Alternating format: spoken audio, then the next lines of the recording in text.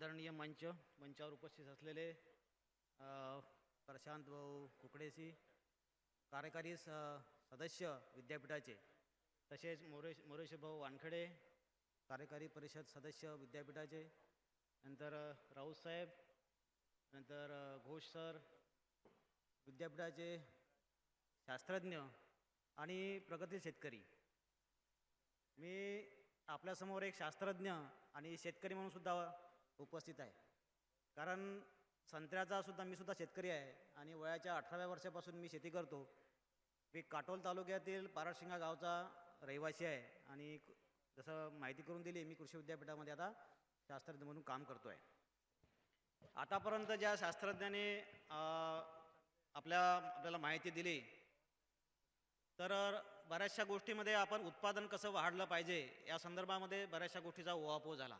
त्यामध्ये खत व्यवस्थापन असेल किंवा मोसमी लागवडी संदर्भामधले काही गोष्टी प्रकर्षाने त्यांनी सांगितल्या. संत्र्याबद्दल इंडिव्हिज्युअल टेक्नॉलॉजी त्यांनी सांगितली. तर एकंदरीत संत्र्याचं उत्पादन वाढल्यानंतर त्याचं करायचं काय, जसं आता मूल्यवर्धन ज्याचा उल्लेख झाला, हे अत्यंत महत्त्वाचा विषय आहे. मंत्री महोदयांनी सुद्धा त्यांच्या भाषणामध्ये प्रकर्षाने उल्लेख केला की आपल्याला उत्पादनासोबत प्रक्रिया तंत्रज्ञानासुद्धा अवगत करावं लागेल. कारण इतर देशाच्या तुलनेमध्ये जर आपण विचार केला तर आपण खूप मागे आहोत. आपण स्लाईडच्या माध्यमातून एक एक बाबी बघूया. आता ह्या माझ्या 15 ते 20 मिनिटाच्या भाषणामध्ये काही एक 2-3 मेसेज मी तुम्हाला देण्याचा प्रयत्न करीन की जेणेकरून आपला संत्रा उत्पादकांना त्याचा निश्चितमध्ये फायदा होईल. तर याच्यामध्ये संत्रा प्रक्रिया सध्यास्थितीमध्ये जे विदर्भात असलेली परिस्थिती, बऱ्याचदा आपण भाषणामधून ह्या गोष्टीचा उहापोह झालेला आहे. नंतर प्रक्रिया पदार्थामध्ये 2 प्रकारचे आपण प्रक्रिया पदार्थ करू शकतो. एक म्हणजे फ्रेश फळापासून आणि दुसरं म्हणजे आपण टाकाऊ जे आपलं त्याच्यामधून तयार होतात, जसे आपण सालीपासून किंवा त्याची बी आहे त्याच्यापासून सुद्धा आपण काही चांगले पदार्थ, आंतरराष्ट्रीय दर्जाचे पदार्थ आपण करू शकतो, त्याची निर्यात करू शकतो. हे सुद्धा आपल्याला आता जाणून घेण्याचं गरजेचं आहे. त्याचबरोबर कुठलीही गोष्ट अशी सहजासहजी होत नसते, त्याच्यामध्ये आव्हाने असतातच. परंतु जिथे आपल्याकडे जर आपला आत्मविश्वास असेल तर तिथे मात्र रस्ता निश्चित रूपात निघतो. किंवा आत्मविश्वास हारून चालणार नाही. आत्मविश्वास जर आपल्या बरोबर असेल तर तो आपल्याला रस्ता मिळवून देतो. तसं आव्हानेसुद्धा याच्यामध्ये आहे. नंतर प्रक्रिया उद्योगामध्ये वाढवायचं असेल तर त्यासाठी असलेली रणनीती आपली काय असली पाहिजे. नंतर संत्रा प्रक्रिया उद्योगामध्ये असलेल्या संधी आणि भविष्याचा वेध आपला कुठला असला पाहिजे. साधारणतः ही परिस्थिती थोडक्यात मी सांगतो आहे की संत्रा हे केळीनंतर दुसरे पीक आहे. म्हणजे पूर्ण जगाचा जर विचार केला आपला, तर केळीचं उत्पादन हे मोठ्या प्रमाणामध्ये आपला घेतलं जातं. त्याच्यामध्ये संत्रा हा 2 नंबरवरती आपला येतो. नंतर संत्र्याच्या चवी व स्वादामुळे निश्चिताने त्याची मान्यता प्राप्त झालेली आहे. कोरोनाच्या काळामध्ये त्यांना शिकवलं आहे आपल्याला संत्रा खा आणि कोरोना दूर करा, हा बऱ्यापैकी मेसेज आपण ऐकला असेल. तर स्वादामुळे सुद्धा त्याच्यामध्ये विशेष तिला मान्यता मिळालेली आहे. गेल्या 20 वर्षाच्या काळामध्ये लागवडीखाली क्षेत्रामध्ये विचार केला आपण तर 10.3% उत्पादनात आणि 18.8% वृद्धी झालेली आपल्याला आढळून आलेली. म्हणजे उत्पादनामध्ये जे वाढ होत आहे ते कमी नाही आहे, आपली वाढतो आहे, पण आपली जी गती आहे ती गती आपल्याला अजून वाढवण्याची गरज आहे. नंतर महाराष्ट्रामध्ये जवळपास 2.25 लाख हेक्टर हे क्षेत्र विस्तारलेले आहे आणि जवळपास 5 जिल्ह्यामध्ये याचा आता क्षेत्रफळ तुम्हाला दिसून येतो. आता ही संत्रा फळाचे महत्त्वाचे गुणधर्म कोणते आहेत? 3 भाग याच्यामध्ये आपण प्रकर्षाने पाडतो. त्याच्यामध्ये बाह्य पिवळे निरंगी साल व तैलयुक्त गंध ज्यामध्ये असते त्याला विशिष्ट असा वास येतो. त्याला इंडस्ट्रीयल प्रोडक्टसुद्धा आपल्याला त्याच्यापासून बनवता येते.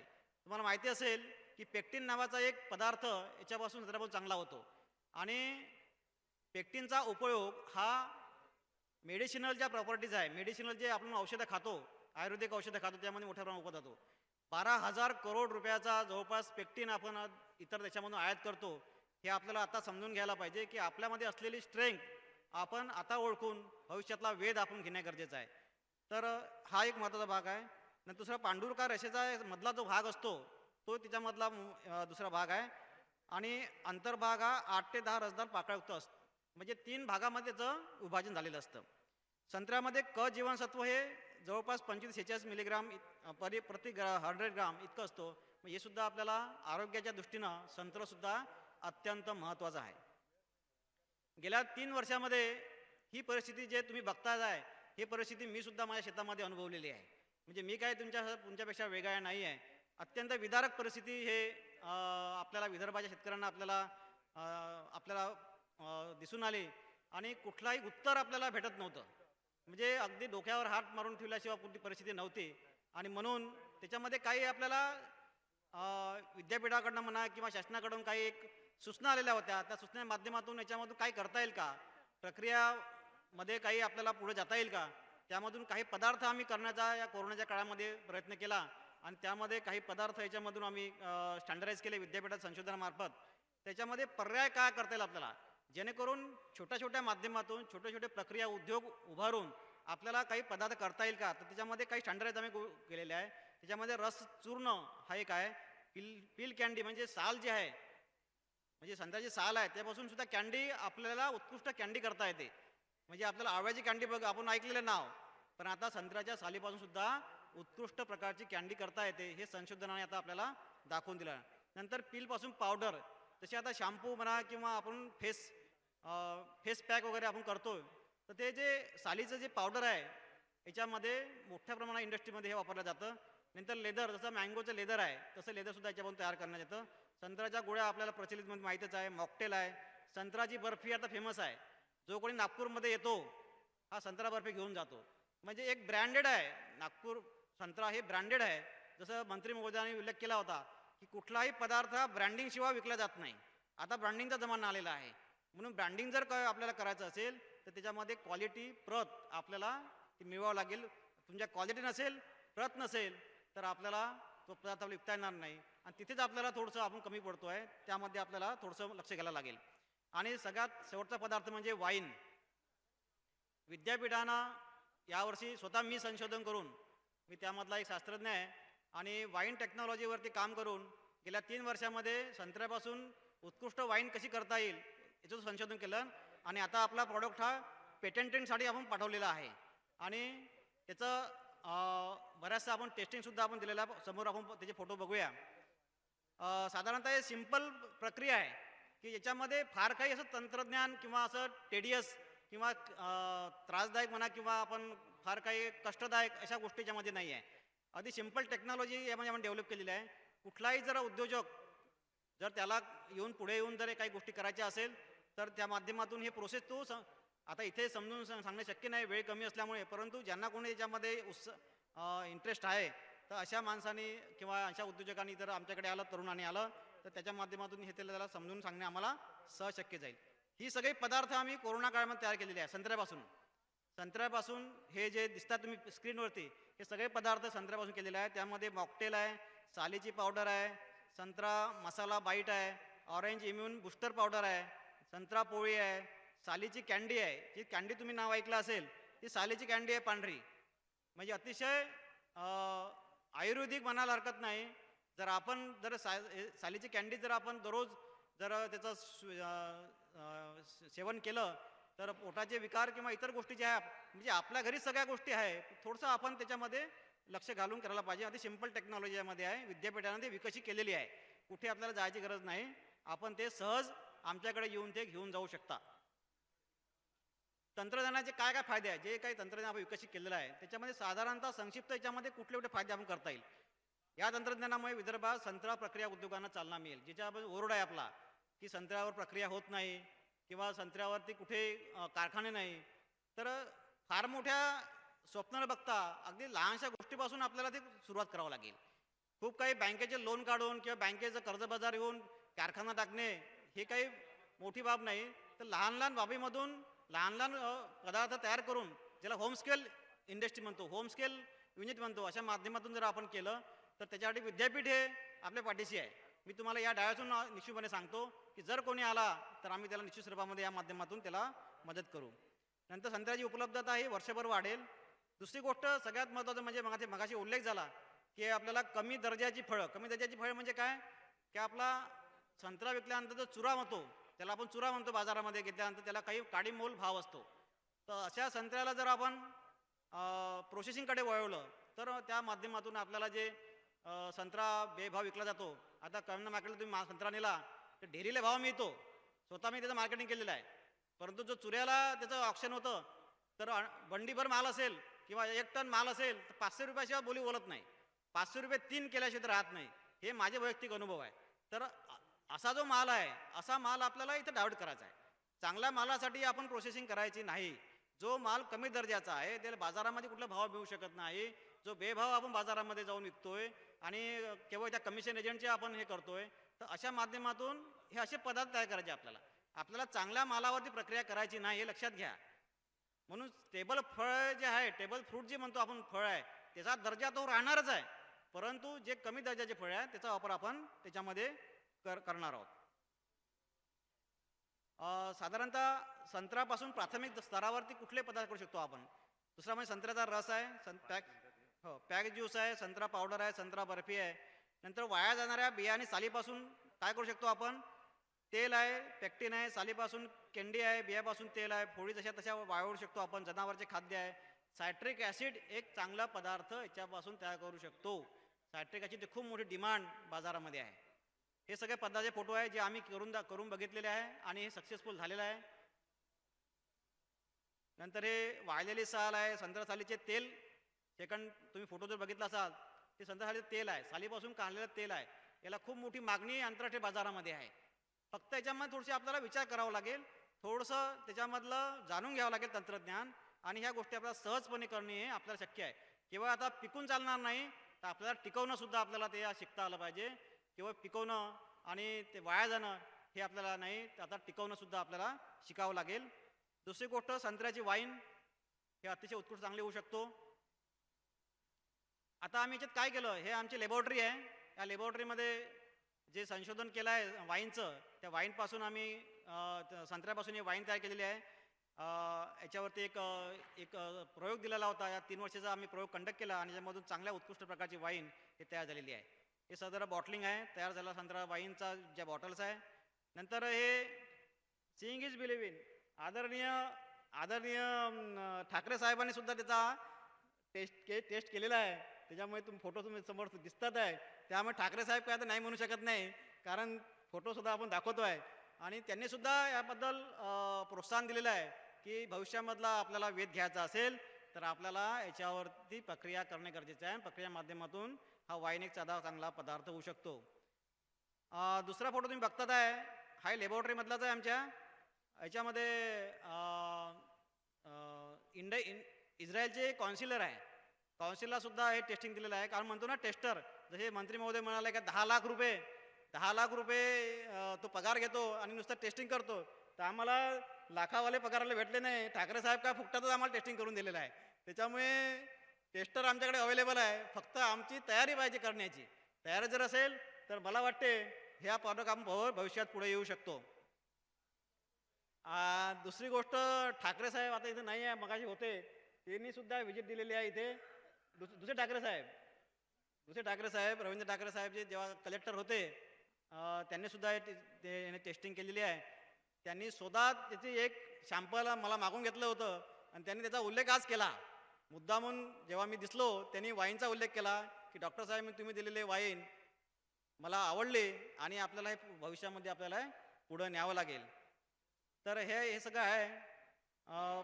प्रशांत भाऊ सुद्धा आले होते पण त्यांनी टेस्ट केले नाही, कारण म्हणे मी टेस्ट करत नाही, पण त्यांनी सगळं बघितलं. म्हणजे ते सुद्धा गवाहदार आमचे आहे. त्याच्यामुळे भविष्यातले टेस्टरची आपल्याला गरज पडणार नाही मला वाटते, कारण टेस्टर आपल्याकडे ऑलरेडी अवेलेबल आहे. हे सगळे फोटोग्राफ्सबद्दल सुद्धा माहिती दिलेली आहे. साधारणतः उत्पादन प्रति हेक्टर एक टेबल मांडण्याचा प्रयत्न केलेला आहे इथे. उत्पादितता काल भाषणामध्ये माननीय चीफ मिनिस्टर आपले मध्य प्रदेशचे त्यांनी उल्लेख केला होता की मध्य प्रदेशचा कसं मध्य प्रदेश हे पुढे गेलेलं आहे. म्हणजे आपल्या शेजारचाच एक प्रदेश हे आपल्याला म्हणजे एक पाऊल पुढे आहे. तर त्याची हेक्टरी जे प्रॉडक्टिव्हिटी बघा 16 टनाच्या आसपास त्यांनी, म्हणजे ॲव्हरेज, म्हणजे आपण जे म्हणतो की आपल्या इथं 35-40 टन आपल्याकडे काही शेतकरी घेतात आहे, एक आपल्यासमोर बसलेले आहे, पण ॲव्हरेज प्रॉडक्टिव्हिटी जर बघितली आपण तर आपली कमी आहे, 10 ते 12 टनच आहे. परंतु त्याच्या पुढे मध्य प्रदेश आता पुढे गेलेला आहे. म्हणून थोडंसं आपल्याला आपलं कुठेतरी आपलं जे बाबी आहे ते पुढे नेणं गरजेचं आहे, जेणेकरून आपल्याला चांगल्या गोष्टीसाठी कॉम्पिटिशन करायची आहे, खराब गोष्टीसाठी आपल्याला कॉम्पिटिशन करायची नाही. स्पर्धा ही चांगली असली पाहिजे, स्पर्धा ही हेल्दी असली पाहिजे, तर आपल्याला करणं गरजेचं आहे. आता प्रोसेसिंग कॅपॅसिटीचं जे उल्लेख करतो मी, 5 मिनिटात संपवतो.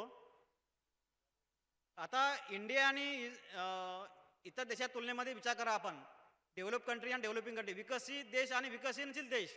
आपण अजूनही विकसनशीलतेत आहोत, आपण विकसित नाही आहे. आणि म्हणून हे देशाचा कम्पॅरिझन केले आपण तर मलेशियासारखा देश 83% फळावरती प्रोसेस करते.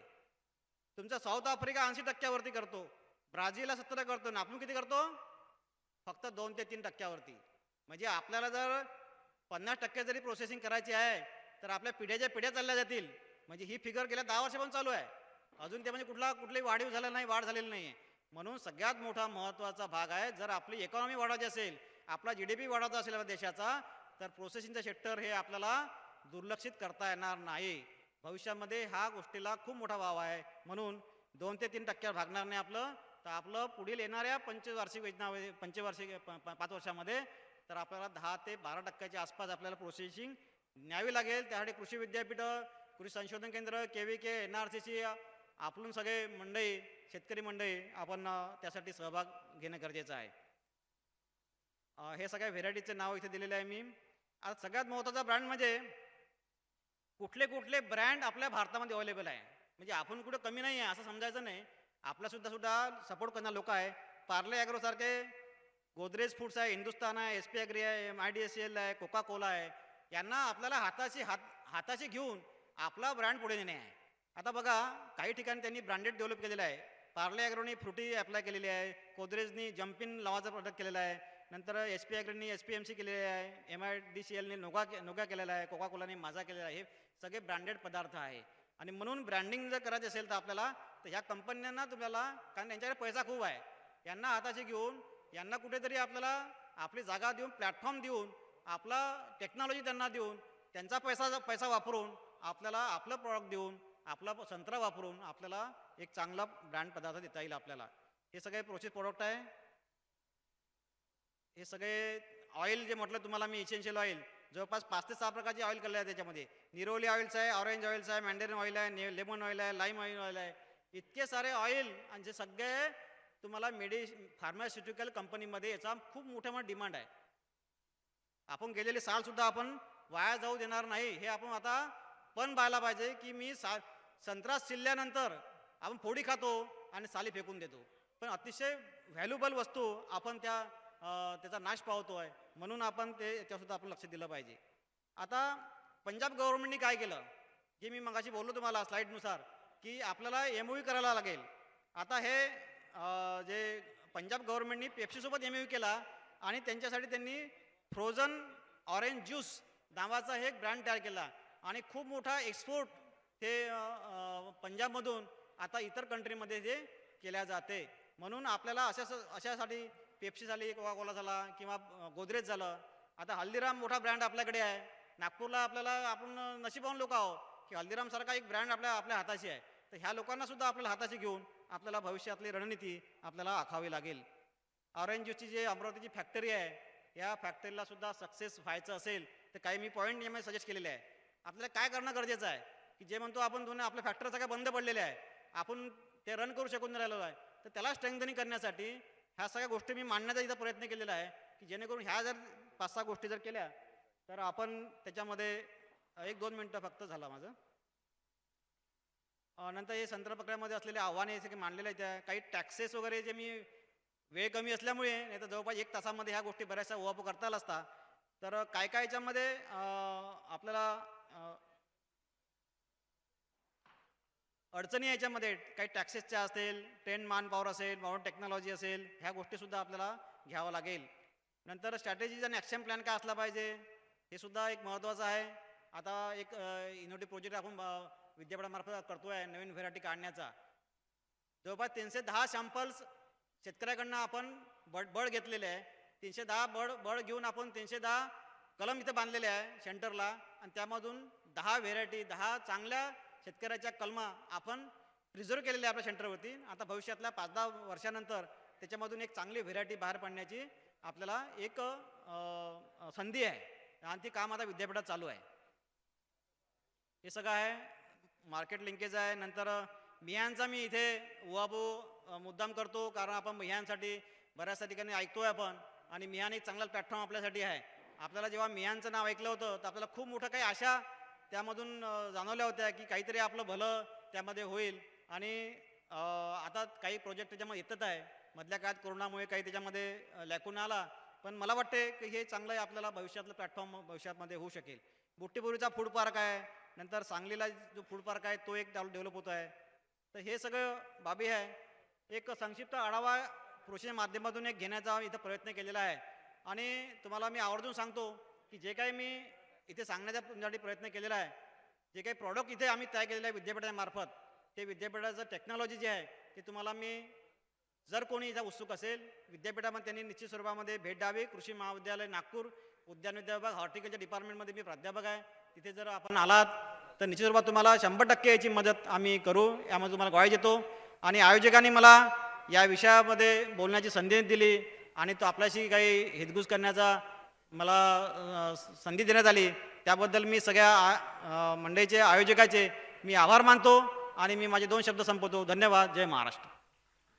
माझा मोबाईल नंबर आहे जे पंचबाईने सामान सांगितला, जो 23 गुणिले 46 करायचा, जो शेवटचा 23 आहे तो माझा 46 आहे, म्हणजे माझा नंबर पूर्ण झाला. बरं, 99700700